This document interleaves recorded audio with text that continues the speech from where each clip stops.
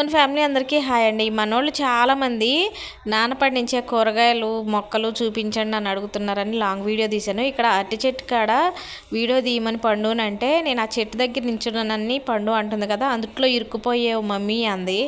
అంటే నేను అలా చూపించుకుంటూ అంటున్నాను, నేను అంతలా ఉన్నానా ఇరుక్కుపోయి అంటానికి, అంతలా అవేం లేనిలే అని చెప్తున్నాను. ఇక నాన్న వేసిన టమాటా చెట్లు అండి. టమాటా చెట్లు కాయలు ఉన్నవి చాలా పెద్దగా ఉన్నాయండి. చూడండి, మీరే చూడండి, మీకు చూపిద్దామని కాయ కోసాను.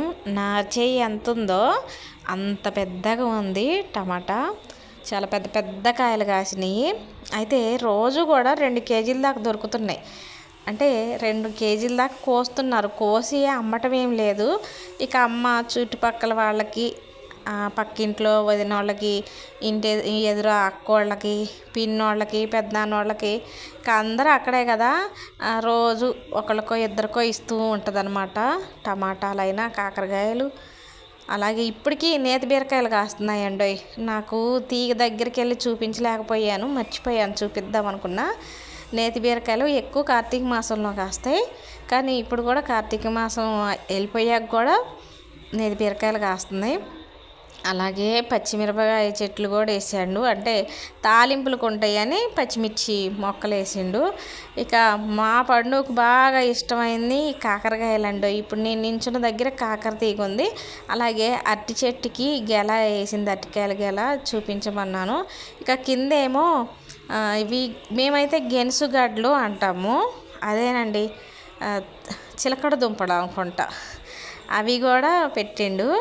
ఇక దోసకాయలండి, ఎక్కువ శాతం దోసకాయలు కిందే పాకిస్తారు, అంటే కింద పాకితే తీగ కాయలు కాస్తాయి. నాన్న ఏం చేశాడంటే, కింద అయితే పురుగులు ఎక్కువగా ఉంటున్నాయి, పురుగు పడుతుంది దోసకాయలు, కానీ తీగ మండలకి ఎక్కిచ్చాడనమాట. ఇక సొరకాయలు డాబా పైకి సొరతీగ బాగింది, గుండ్రటి సొరకాయలు చాలా ఉన్నాయి, సొరకాయలు కూడా. ఇంకా బొప్పాయి మొక్కలు, బొప్పాయి చెట్లు ఎప్పుడూ ఉంటూనే ఉంటాయండి. ఎప్పుడు చూసినా బొప్పాయి చెట్లు లేకుండా అస్సలు ఉండవు, ఎప్పుడు బొప్పాయి కాయలు కాస్తానే ఉంటాయి. ఇక వంగ చెట్లకి పురుగు ఎక్కువ పడుతుందని బూడిద వేశారు. కొబ్బరి చెట్లు చూసారా, కొని వేసిన కొబ్బరి చెట్లు కాదండి, కొబ్బరికాయల్ని మొక్క కట్టించి ఆ చెట్లు మొక్కలుగా వేసిండు. ఇప్పుడు పెద్దవయ్యి అవి కాయలు కాస్తున్నాయి. దొండతీగ మొన్నటి వరకు కూడా ఫుల్గా దొండకాయలు కాసింది, అంటే 15 రోజుల క్రితం దాకా. ఇక తీగ బాగా ముదిరిపోయిందని కోసారు, మళ్ళీ ఇగురు వస్తుంది.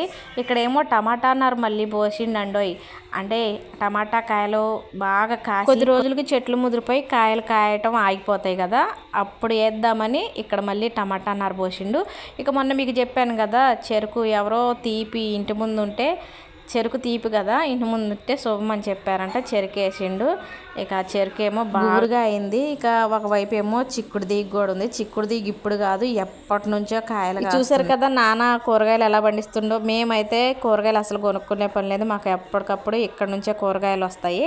ఇక పండుగకి ఇష్టమని నాన్న కాకరకాయలు కోసిండు.